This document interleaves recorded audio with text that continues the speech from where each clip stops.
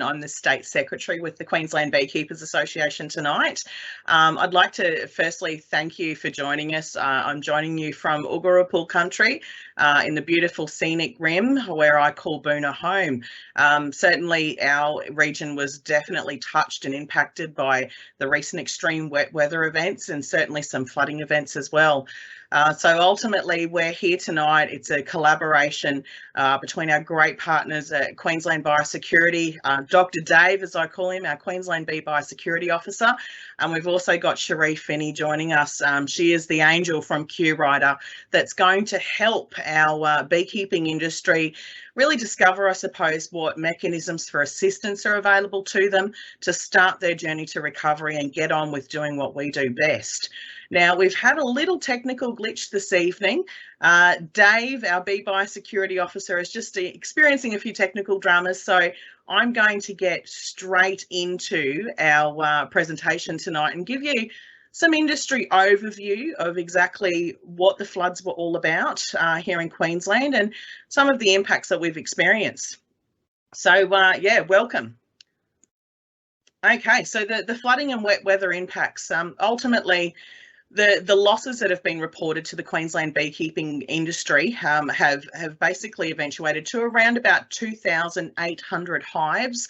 They are commercial hives that were impacted by the floodwaters and have been lost effectively. Some instances, the beehives were completely washed away and a lot were sustained significant damage from being inundated with water. It's really unknown just the impacts that these flooding events and the extreme wet weather had on our urban beekeeping population and our community there. We don't really see those reports channeling through, unfortunately, to industry bodies like the QBA or the government. So I suppose to take stock on that, it's really important that if you are a backyard beekeeper or an urban beekeeper and you've actually experienced some losses, it's important that if you're not continuing with beekeeping immediately for the moment, it's best off that you get in contact with DAF and let them know that you won't be continuing beekeeping for the immediate moment, and they can actually suspend your registered biosecurity entity records until you sort of recommence. So the easiest way of doing that is picking up the phone. The only number you need to remember is 132523. That's a great way of connecting, letting the authorities know that you've been impacted by floodwaters or you've lost your bee colonies, and you're going to have a little bit of a pause until you get started again. Of course, at this time of the year in Queensland, it's a little bit tricky restarting your beekeeping journey again. So it could be best to possibly pause and maybe wait and begin that journey possibly in spring when the bees are ready to emerge and explode in population numbers.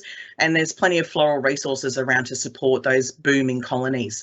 Now, thousands of hives have been impacted by floodwater as well. Sadly, we've seen a lot of reports come in from beekeepers that have had inundation of water necessarily through their brood chambers. And of course, when you're dealing with a brood chamber that has been inundated with water, sometimes you may lose the queen in those instances. So that can be particularly damaging to a hive, especially at this time of the year. But also, if you're suffering any brood losses, you might need to consider thinking about replacing some of the comb in those brood boxes. Dave will go into that in a little bit more detail once he's up and live again. Now, it's sort of estimated that around about 15 to 20% of the commercial sector in Queensland has been impacted by this flooding and extreme wet weather event.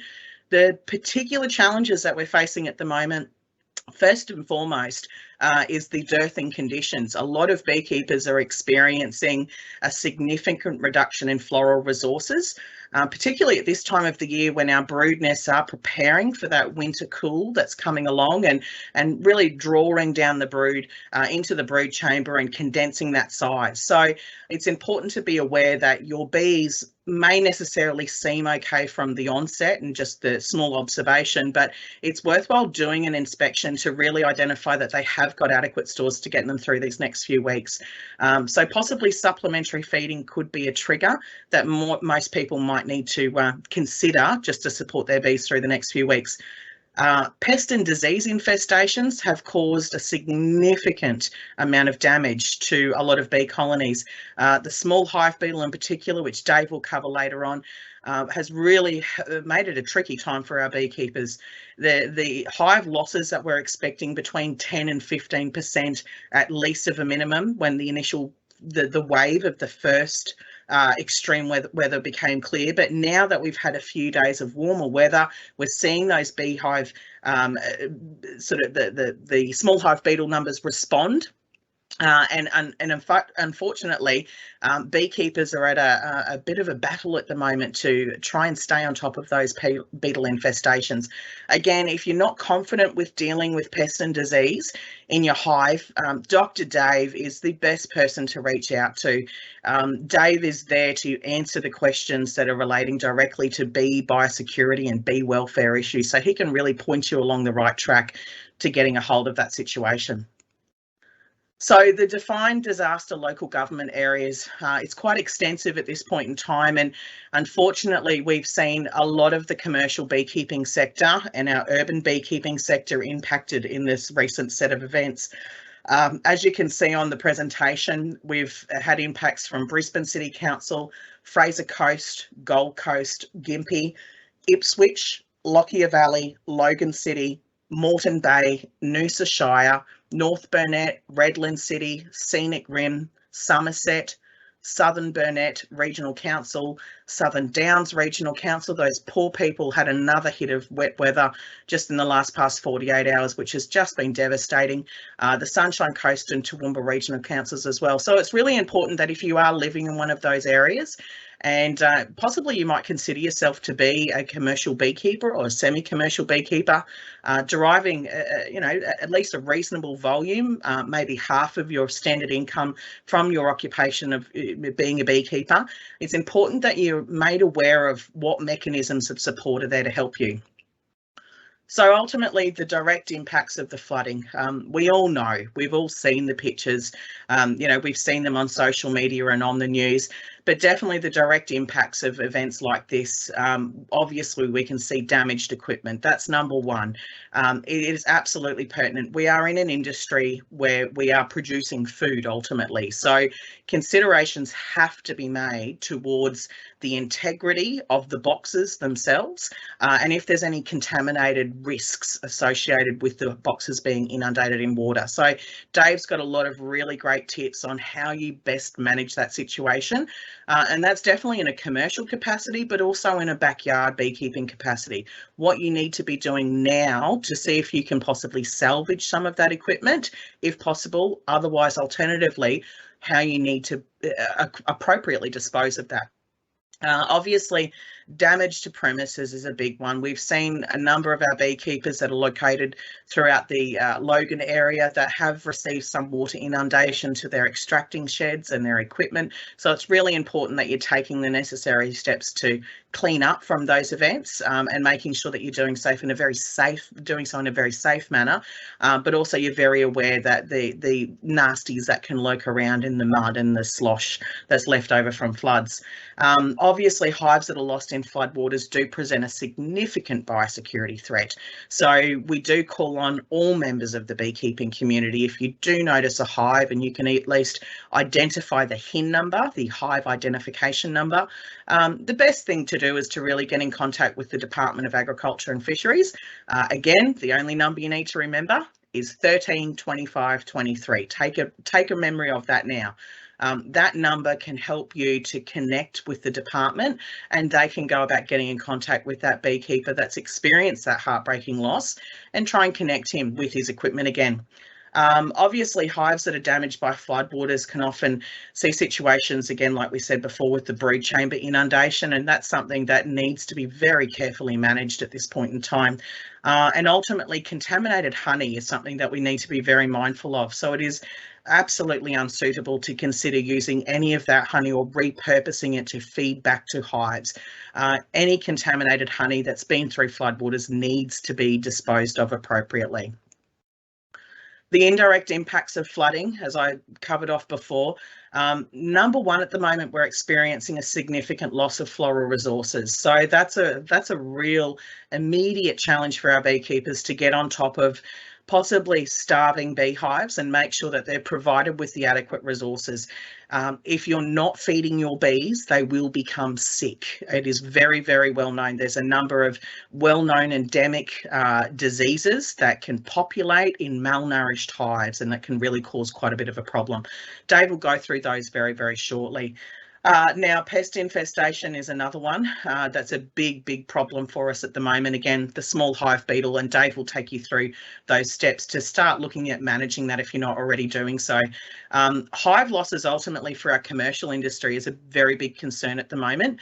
The QBA will be liaising very shortly with our friends down at the almond industry further down south in the eastern states, and then also turning our attention to our dependent industries, the avocado industry, macadamias, and some of the small crops, who will be crying out for strong, healthy bee colonies in just a short few months' time. So ultimately, the floodwaters have all receded. The sky is somewhat cleared up. I keep on asking who's building the ark at the moment, because I really feel like I should secure a seat on the ark. But, you know, where to now? What do we do as an industry? What can we be doing to help ourselves to recover? So ultimately, the government, through the state government and the federal government, have put together some great assistance packages that can, you know, kickstart that journey to your recovery. The Queensland Rural and Industry Development Authority, or as I call them, QRIDER, or the QRIDER Angels, they're actually the agency that's been appointed with the recovery response, and they'll be directly helping the Queensland honeybee sector with their arrangements to deal with this disaster.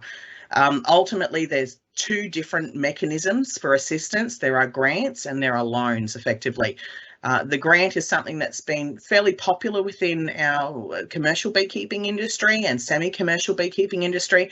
The QBA's assisted a lot of beekeepers, connecting them with the right people, their regional managers, to get them on that path to journey of recovery. I think something that's ultimately important to understand is that largely our industry has always dealt with natural disasters and just gone, she'll be right, mate, we'll get on with it. That just isn't the case. It's natural disasters can cause a significant financial burden to your operations and to ultimately to your livelihood. And knowing that the QBA is doing a lot of effort there in making sure that the industry has a very strong voice, and making sure that those influences in government and people are looking up and listening for the important job that our industry carries out. It's not just about having healthy and thriving bee colonies for pollination. It's also about protecting the health and welfare of our beekeepers. So make sure that if you have been impacted, please reach out for support. I'm more than happy to take phone calls for support, whether you're a commercial beekeeper, you're not a QBA member. We're here to help. We want to get you back and started again. Ultimately, beekeepers need to have a few of the following elements to meet the criteria for assistance. So first of all, you need to have a current Australian business number. That's number one. You need to also demonstrate that you're a sole trader, a partnership, or in a company, and you spend the majority of your labour and your time working in that primary production enterprise. You need to also derive the majority of your gross income from your primary production enterprise. And also, in the opinion of QRIDER, we know that our industry is an emerging, growing industry at the moment. So QRIDER is recognising that there might be beekeeping operations out there that are small in size that may need that extra assistance. I can suggest maybe beekeepers that might have a few hundred hives. They may have a part-time job as well at the moment to support themselves with their income until their operation is large enough. As long as you can satisfy QRIDER, we're fairly confident that there should be mechanisms there to help you. Our queen bee breeders also need to be recognised in this. We recognise that although you might run small-sized operations with limited-sized bee numbers and hive numbers, I should say, you're also a very important part of this process. So please be aware that there's not really a restriction on cut-off for hives. You know, every application that we've seen go through our computers here, and we've supported our beekeepers with, we've been able to sell the story effectively and tell the story about how the natural disaster has impacted your operation. So it's very important not to pigeonhole yourself into a category of thinking this doesn't apply to me. Please reach out for help. There's no silly sense in not asking the question. Ask the question and get the help. So ultimately, the disaster recovery funding arrangements, and I'm confident Cherie will go through this in more detail, it's there for the cleanup of equipment and materials, additional labour costs. If you need to bring someone else into your operation to help you with the cleanup, you can actually have that expense covered within your assistance and your application for assistance. Disposing of damaged goods, injured or dead livestock, including associated costs. So obviously in the bee industry, biosecurity is a significant threat when we're talking about dead hives. So it's important that that's being dealt with appropriately. And if you've got costs involved with that exercise, they can be included in your application.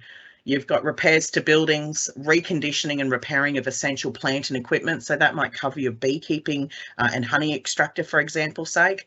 If you need to purchase or hire any equipment that's going to help you to immediately get started again, that's important to cover that in your application.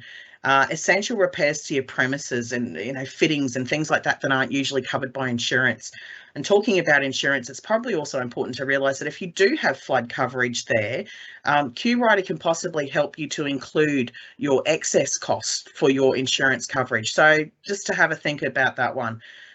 Ultimately, QRider is also there as a mechanism that supports our beekeepers with the welfare of our livestock. So if your honeybees are starving at the moment and you're having to employ resources to keep and sustain those colonies alive, I have to emphasise, talking with our commercial and semi-commercial industry sector, a lot of beehives are currently stranded on sites and they simply cannot be moved. We cannot get the utes or the light vehicles in there to actually lift these beehives and migrate them to new resources.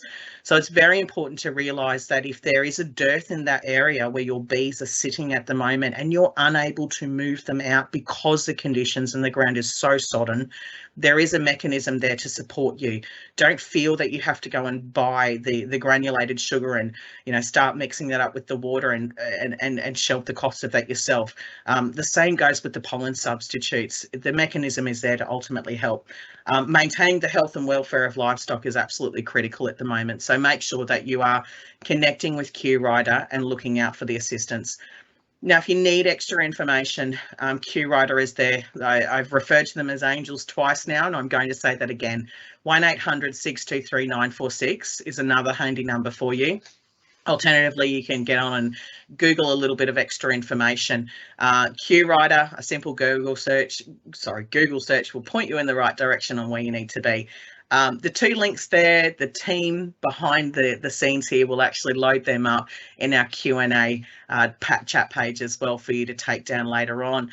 Now, last of all, just to kick off and before I hand over to Dave, for those that don't know, the Queensland Beekeepers Association is the industry body for beekeeping in Queensland. We have been around since 1886. We were actually formed underneath a little canvas tent in the middle of the RNA showgrounds in Brisbane. And from very humble beginnings, we started our efforts to secure the welfare and the interests of industry, and that has largely remained unchanged today. So we do encourage new members all the time. We warmly welcome new members. We are there to advocate for industry and represent industry at all levels, local, state and federal government. And the QBA is ultimately committed to making sure that beekeeping in Queensland has a big, bright future ahead of itself. So I'm going to leave off here and I'm going to hand over to Dave, but thank you very much for the opportunity. I think it's fantastic to see some, attendees on here. I'm quite confident that this video will be shared around a lot in the near future. But anyway, Dave, over to you, my friend. Thanks again. Yeah, thanks, Joe. My name's David Chapalius, and I'm the Bee Biosecurity Officer for Queensland. Thank you for joining us tonight. We've just had a few technical issues and some COVID recovery. So tonight I'll actually be talking to you about how to manage your hives, like manage your flood affected hives. And and also the small hive beetle, which has been a real problem over the summer season, and because of the large amounts of rain and the severe weather events, will continue to be a bit of a problem. So one of the questions that we started getting from beekeepers, especially after the first flooding first started, is yeah, how do I manage my flood affected hive? Or how do I manage my hive? And so what are the things that I can do? And then if there's some things that you need to remember when you're dealing with a flood affected hive. So flood damaged hives are a biosecurity threat. That's the first thing that you really need to remember, because floodwaters can be contaminated with sewage, oil, chemicals, and other waste. And so honeycomb that has been in contact with floodwaters is unfit for human consumption. And so contaminated honey and wax shouldn't be disposed of in landfill. It should be disposed of appropriately as if it was a biosecurity threat. So when you're handling contaminated hives, you should be wearing your personal protective equipment, like gloves, maybe some disposable thick washing up gloves, because mud from flood water it does have microbes in it, and it can cause severe infections if you have broken skin. Also, some bees might still be alive, so you just need to be aware of that when you're trying to rescue a hive, or you're trying to find a hive, pick up a hive that's been affected. I've had wonderful stories about people trying to go out and collect their hive, and finding that were bees floating around in the water, which then attached themselves to their clothing and started stinging them through their clothing. So just remember to wear personal protective equipment when handling your hive. Now, what do we do when we're disposing our hives? Right? So to reiterate, our hives should not be disposed of in landfill. They should be isolated when you're storing them. They shouldn't be left out in the open, because other bees can forage from that honey and wax that's in those hives, which is also why they shouldn't be disposed of in landfill, because they can be exposed and open to foraging bees. And also pests can attack them. So as we're talking about soon, a small hive beetle and wax moth on dead hives can attack those, and so they can become a source of pests and infestation. So if we're disposing our damaged beehives, badly contaminated hives should probably be destroyed, or if they've been badly damaged. But some hive boxes and equipment can be cleaned and reclaimed. So it's really depending on how badly contaminated or they are, how much mud in them they have, all of that sort of thing. And metal components, especially, and plastic components especially, can be reclaimed, and a lot of hive boxes can be reclaimed. Any wax and honey should not be. So consider whether to clean or destroy your damaged hive. That will come down to a personal decision, but anything that's really badly damaged or badly contaminated really does need to be destroyed. But if you're going to clean, if something's clean enough, it can take a fair amount of time. So some people might decide not to bother. Things like frames, badly contaminated frames, might just not be worth the effort to clean them. So if you're destroying your hive, we should be disposing of them and destroying them as if they had a disease in it, like American foul brood or something similar. So you need to burn the hives, and usually in a pit, and bury them to a depth of about 30 centimeters, so that any residual honey or wax that comes off that hive does not get foraged out by bees, and then that will be a non-threat.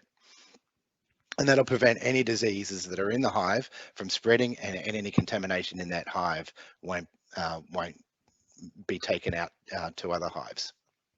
So when you're cleaning your hives, cleaning of hive boxes and frames and other components, it's necessary to remove all the wax.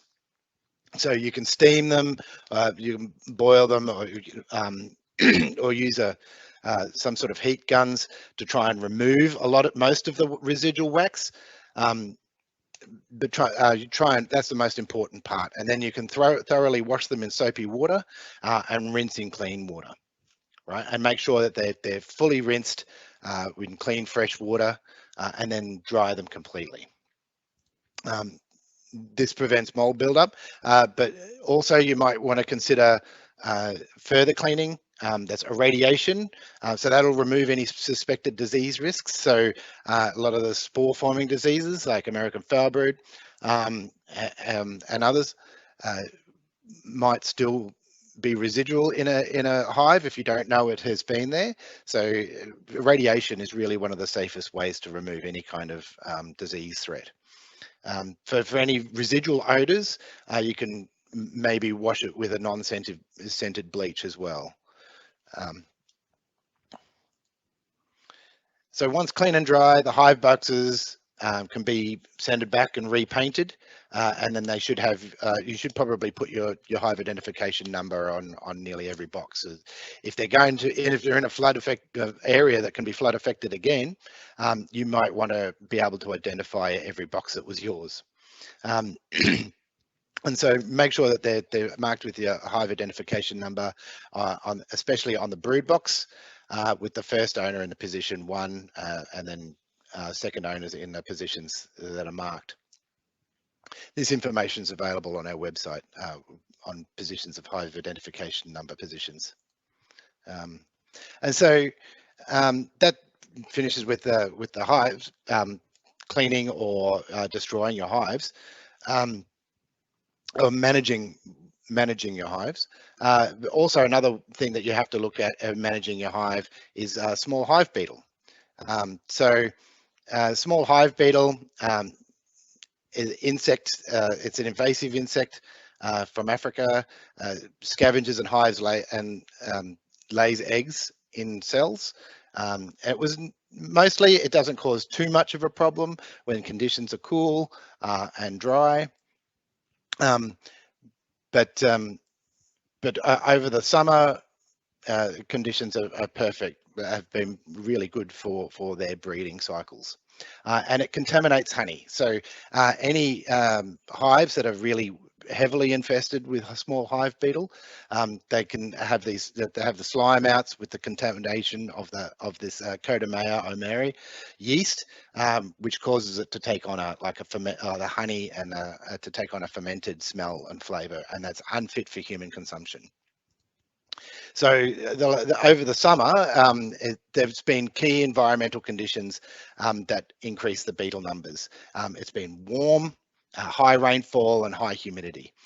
And so this has been perfect breeding conditions for these beetles. And so that's why it's become such a problem. And if the warm conditions continue, it will still continue to be more of a problem.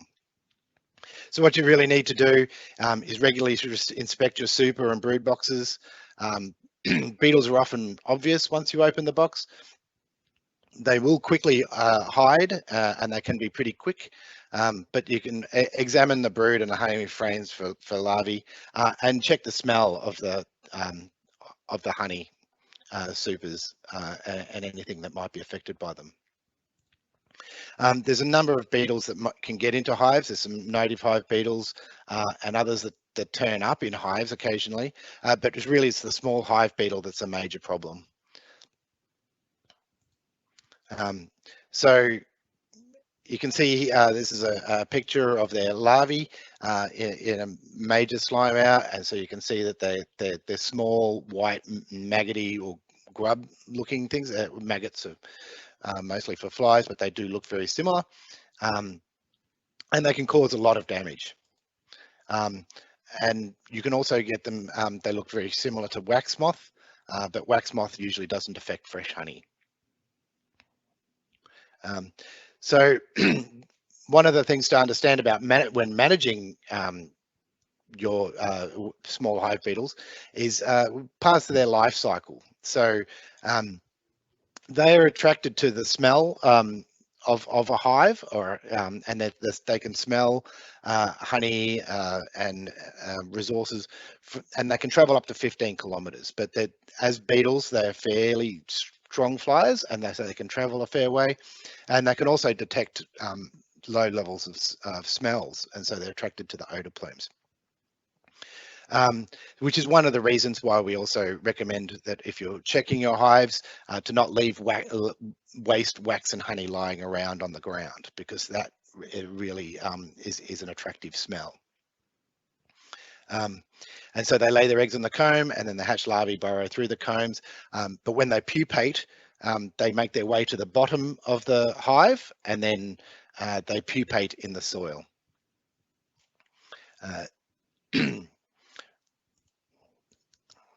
So there's a number of things that we can do to try and manage small hive beetle. And that's one thing is that we can use traps. So there are trench traps that you can get that contain cooking oil.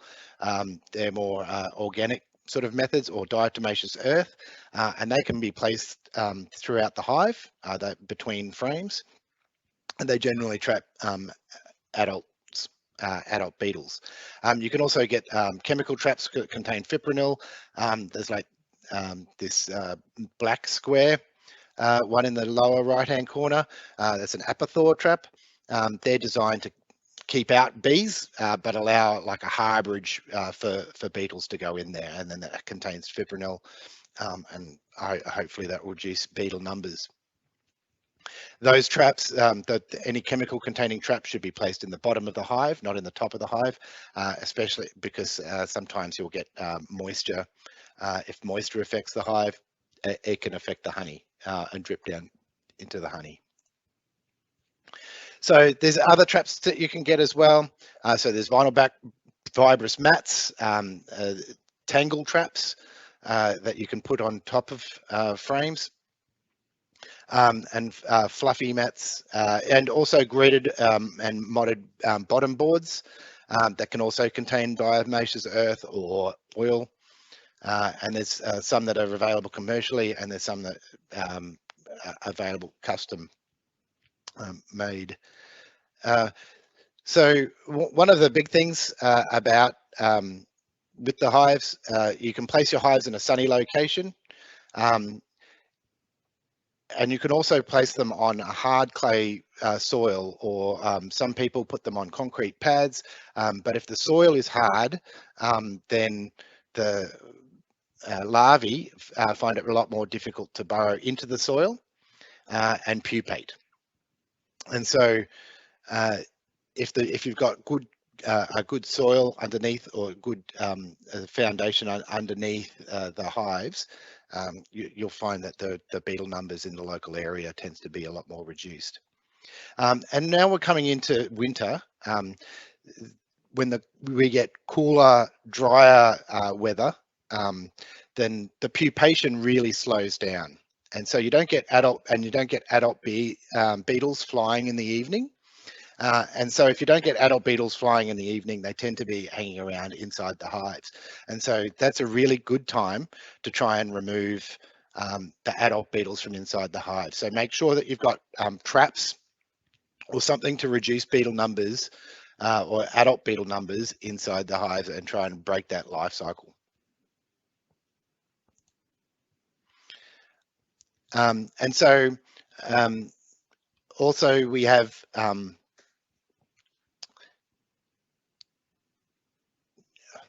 so we're talking about that, yep, reducing the adults over winter.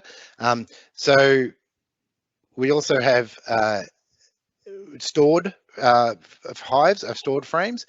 So if you're going to be having those, then you should extract your honey as soon as possible. That'll reduce beetle infestations. And if you can store your frames below 10 degrees, that'll prevent any development of the beetles. Chemical treatments are generally not that effective, and can lead to contamination of your wax and honey. So try and avoid those.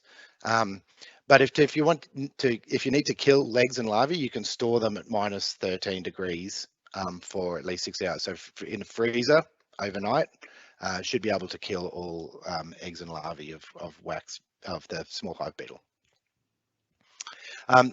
Another important thing to remember if you're dealing with cleaning out hives with small hive beetle is that the yeast has made some people sick, and so any contaminated honey should be discarded appropriately, and anyone with a weakened immune system shouldn't touch those hives. And so to protect yourself, you should be wearing gloves, preferably a mask, an N95 mask, and applying any dressings to expose broken skin so that there's no infection risk. And when you complete cleaning, make sure that you shower immediately and put on clean clothes, just so that you don't have any of that yeast close to your skin for a long period of time. So there's a lot of resources for managing pests and small hive beetle. The Be Aware website is one of the best. It has links to lots of fact sheets, and also it has links to the Honeybee Industry Code of Practice, as well as the Biosecurity Manual for beekeepers, which are free to download on that website, as well, and the Biosecurity for Bees online training course. Even if you're not a registered beekeeper, if you keep bees, you should do that course. It's free to register, and it gives you a nice certificate at the end. But it's very important. It takes you a lot of those to a lot of those resources. So some of the key contacts that we have for anything biosecurity related, you can call the DAF call centre. You can call me directly, or drop me an email at b.biosecurity@daf.gov.au. And so, yeah, so make sure that you do call me. And I can direct you to the appropriate site. So our next speaker is Cherie Finney from QRider, and I think she is going to be talking to us about flood recovery options and funding, potential funding. So thanks, Cherie. Hi, thanks, Dave. I'm just going to share my screen also with you all so you can see my quick presentation. It's not as exciting and it's not as picturesque as everybody else's has been, but it's still important to show you guys everything. So this is us. So Queensland Rural and Industry Development Authority. We have got some disaster recovery assistance. So we've got this. It's an extraordinary disaster assistance recovery grant. So for primary producers, the maximum grant amount is that $75,000. Now it says here that it's to be done through 2 applications, but that's not quite right. It is actually 2 tranches of funding. So the initial amount of $15,000 can be applied for with photographs of damage and estimates of costs of, and those estimates of course do need to be backed up by, you know, like I guess a little bit of evidence, but you know, we can have quotes, we can have, you know, how much the boxes, if you had boxes destroyed, how much they cost to replace through a quote, or you know, just a little bit of evidence to show how much it's going to cost you, and you could you know, potentially get just $15,000 without having to pay anything out. Then the subsequent amount, which is $60,000, can be done in one big amount or 60 tiny little $1,000 amounts. It helps your cash flow. We understand that after a disaster, that cash flow is something that's really important to keep going. So if you just want to do the replacement in small little amounts, because that next $60,000 is more like a rebate. You have to pay it out, and then we reimburse you that money. That's why we, you know, little amounts is fine. So I know that Joe mentioned a couple of the activities that might be able to, you know, be covered up on this, and this is for direct impact. This is for, you know, people that had that floodwater inundation, had that, you know, the rainfall event meant that there was, you know, destruction of hives, or, you know, or you know, your shed or whatever you had. So hiring any equipment to undertake all of that cleanup. Of course, I know that Joe's gone through a couple of these already, but I think it's important to know what you can do. You know, the disposing of, you know, like what you know, was explaining about the biohazards, there's often a cost involved in disposing those hives. So any of the costs involved in that is something that we can assist with as well. You know, and then there's another important one down there too about animal welfare, about, you know, feed and fodder, you know, anything that, you know, is assisting those, supplementing those bees to, you know, make sure that they do actually have enough feed to carry on and be healthy and thrive. Any, you know, if you have to, you know, get a tradesman out to, you know, look at the electricity in the shed or something like that, then that's also covered. I'm going to quickly go through this one too. This is another important one, disaster assistance loans. So the $75,000 sometimes doesn't cut it, and that is for that repair and restoration.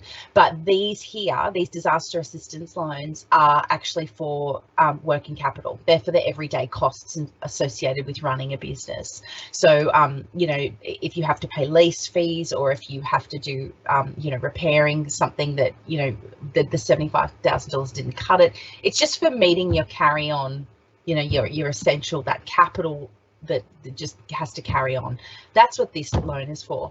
So this loan is 0.8%, incredibly low interest rate lending, and it is just in that cash flow top-up situation. There's obviously eligibility, but please don't ever self-assess. Contact us and get in contact with us.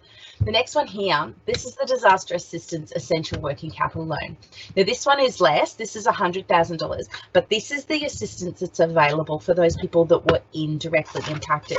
Now Joe sort of suggested that, you know, indirect could be, you know, as a result of the flood, there have been those floral losses or pest infestation and disease, I guess, but also if you had mobility issues to get to your hive and there was a loss as a result of not being able to get, like roads were cut, or, you know, like there was some sort of issue that you couldn't get to your hive and you had losses as a result of that. This is also for that working capital, so you can just carry on the business.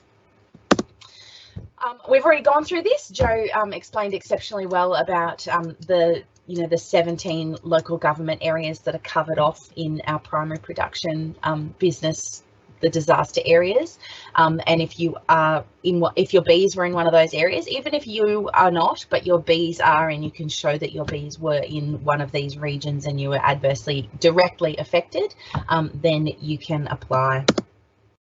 Quickly, just if you jump onto our website, so it's pretty easy. It's QRIDA, QRIDA.qld.com. Sorry, you just muted, Joe. Apologies, everyone. A little technical hitch there. It looks like Cherie has frozen up on screen. So, look, ultimately, we really are encouraging the industry to jump on out, grab the phone and make a phone call. Definitely, look, the team at DAF and the hotline centre, they can point you in the right direction for assistance. The Queensland Beekeepers Association can point you in the right direction for assistance. Dave can point you in the right direction for assistance. There is support there for you to recover, and support is just a phone call away. So it's really pertinent that you do not suffer in silence, that you connect. The QRIDA organisation has a wealth of regional managers located in different areas. So Brian's certainly one who takes care of the Greater Brisbane area. He's magnificent. Cindy is someone who I've been working with a lot in the January floods in the Gympie regions. Cindy can connect you with help if you're in that Wide Bay, Burnett, Fraser Coast area.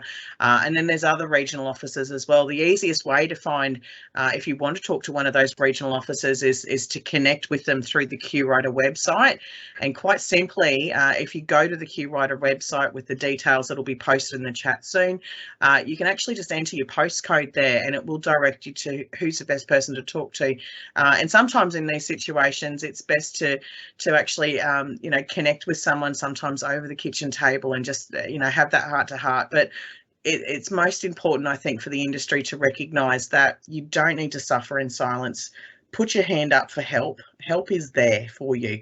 And definitely the QBA will continue to advocate for all beekeepers, our urban beekeepers, our beekeepers hitting retirement, our semi-commercial industry, and definitely our commercial industry.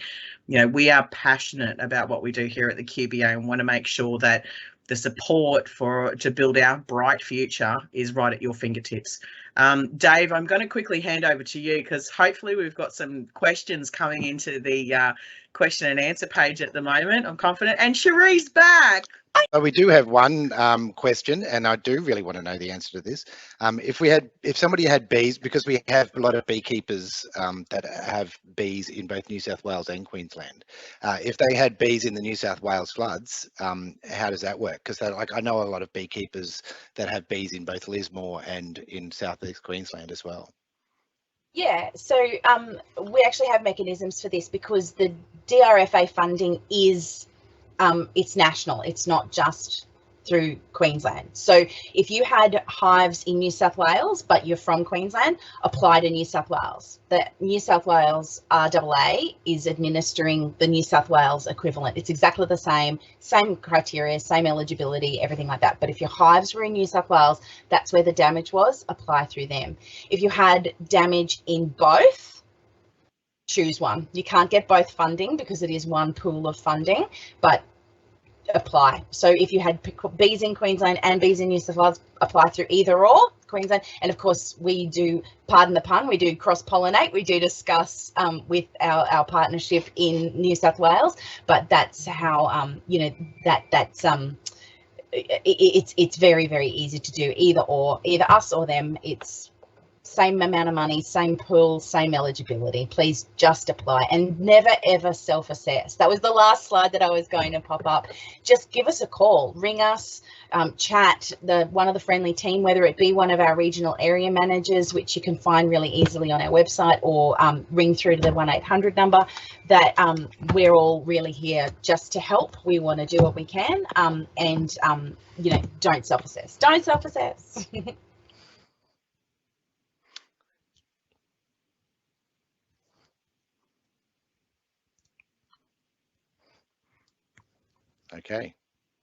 Okay, thanks, Cherie. Yeah, and thanks. I'd like to. So, well, we haven't known no more questions in our question and answer box, so we might have to leave it there. But thanks, Joe. And you need to say something, Joe, before we go.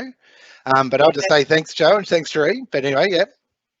I might just chip in. I think something that's really important to mention is that beekeeping in Queensland, the mood around bees is ever evolving and ever increasing. And a lot of people, I think, throughout the COVID isolation and the pandemic, the last 2 years have maybe considered beekeeping as a hobby in their backyards, for example's sake, or maybe they're considering a career change. And what I really need to emphasise, it's absolutely pertinent that the beekeepers out there that are considering getting their first hive, the best way to start your journey is to actually talk to your local beekeeping club.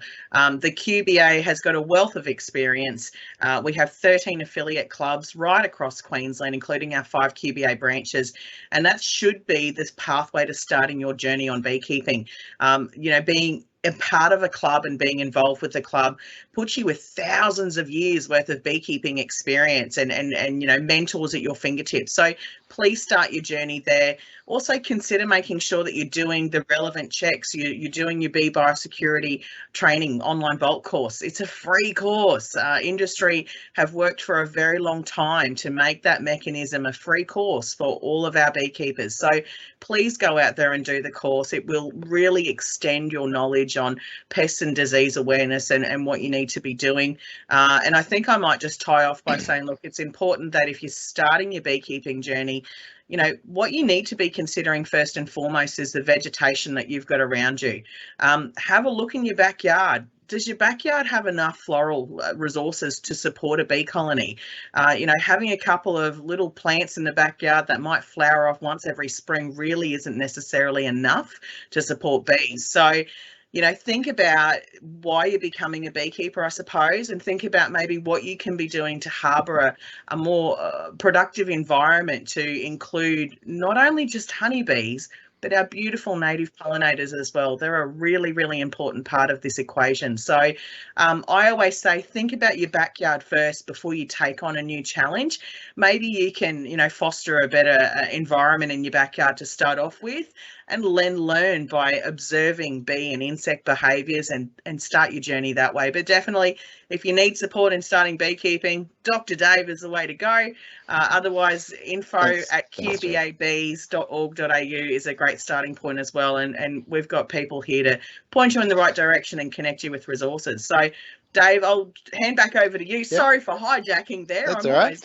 No, thanks, Joe. Absolutely, and I would reiterate, if you are new to beekeeping, your local beekeeping club is a great place to start. They do have a lot of resources, and quite often they have shared equipment, and so you can be a lot easier to get started with beekeeping. And a lot of knowledge. So they do share a lot of knowledge to and I like to go out and visit a lot of those clubs, and they're all very good people. And so we actually do have a question before we go. We had a question from Chelsea. Where's the best place to learn about pests and diseases? So that's basically what I do, is my job, and promoting that Be Aware website is a big one. That's run nationally through Plant Health Australia, and so that has a lot of good links and resources, and also has the contact details of the bee biosecurity officers around Australia. So if you have a specific question that you can't find the answer to there, then you can give one of us a call. In Queensland, it's me, and it should have my details there. But they also have a lot of fact sheets, as well as the biosecurity online training course, which will take you through a lot of the pests and diseases that you're looking at in your hives. So that's probably the best place to start. Be aware, and then contacting me. I think we might have another question. So requeening of hives has been a big issue with the weather event. Suggestions with this leading up to winter. I think Joe might be a really good person to hand over that question to. She has a lot of experience with the commercial beekeepers, especially, and the queen breeders. Yeah, so look, requeening hives, it's an industry best practice. Effectively, requeening your hive every 2 years to 24 months is a great practice to make sure that you're looking after the temperament of your bees. You're also replacing that genetic stock as well, I suppose. Requeening for a lot of our beekeepers, I'm going to be upfront here. The commercial industry in Queensland is probably around about 3 to 4 weeks back from where they should have. So, you know, the extreme weather events have really thrown a bit of a curveball at us, because requeening's obviously quite a labour intensive practice. You need to be lifting that honey super off. You need to be examining the brood chamber.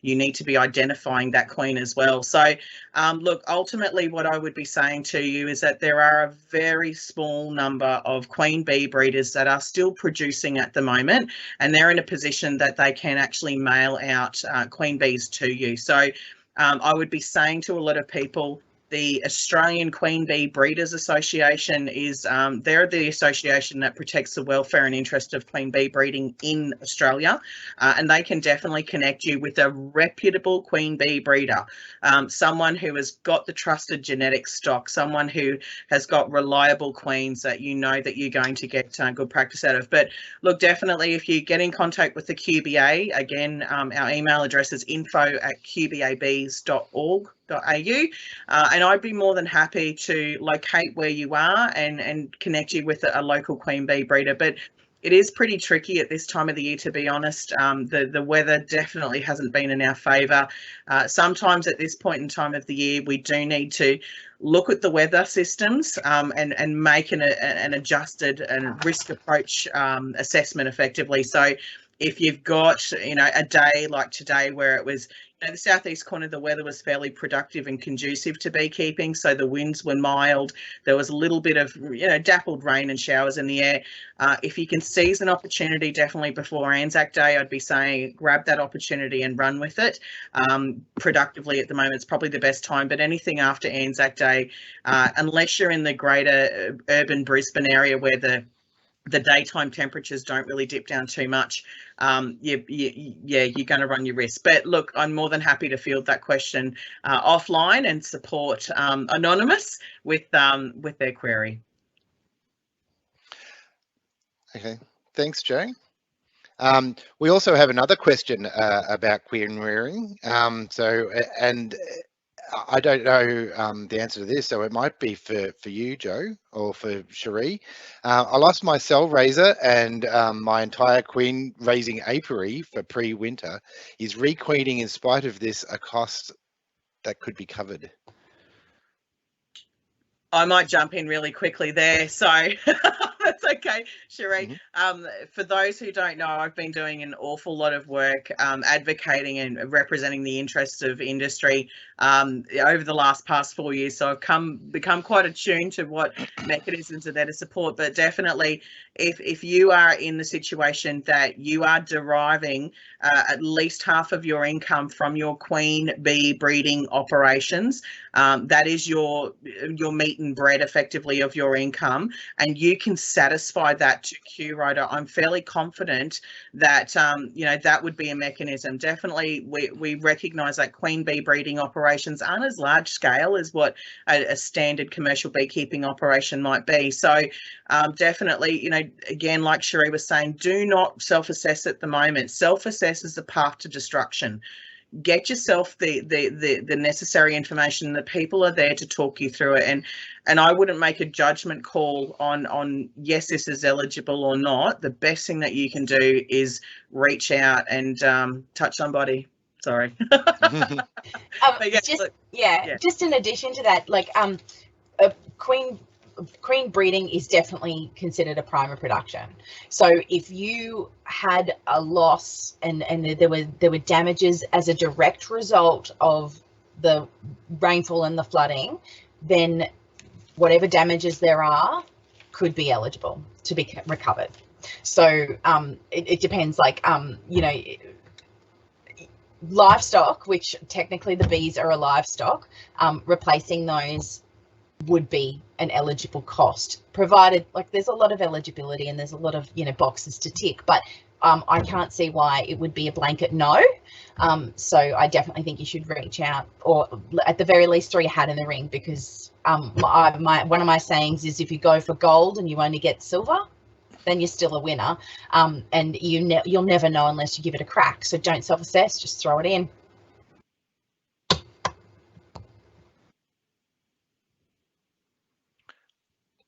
Okay. I think that's about it for questions. Sorry, Dave, I am throwing to you. I'm just a bit laggy here, so it's terrific. A bit slow, but if you could wrap, that would be great, because we're at time. Thank you very much. Yep. Okay. Yeah, it looks like we are at time. And thanks for the questions. Actually, they're all very good questions about that. And thanks, Joe, for covering the industry side of things, and Cherie for covering the disaster management side of things.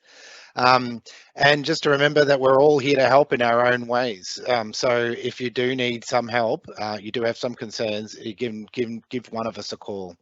Hopefully those links and information will be up there in the chat, etc. And thanks to our production team, Susie and Kerry, for doing a fabulous job under technically straining circumstances. Accidental dropouts just before a webinar seem to be the order of the day these days. So thank you very much, and thank you very much for coming along, everybody.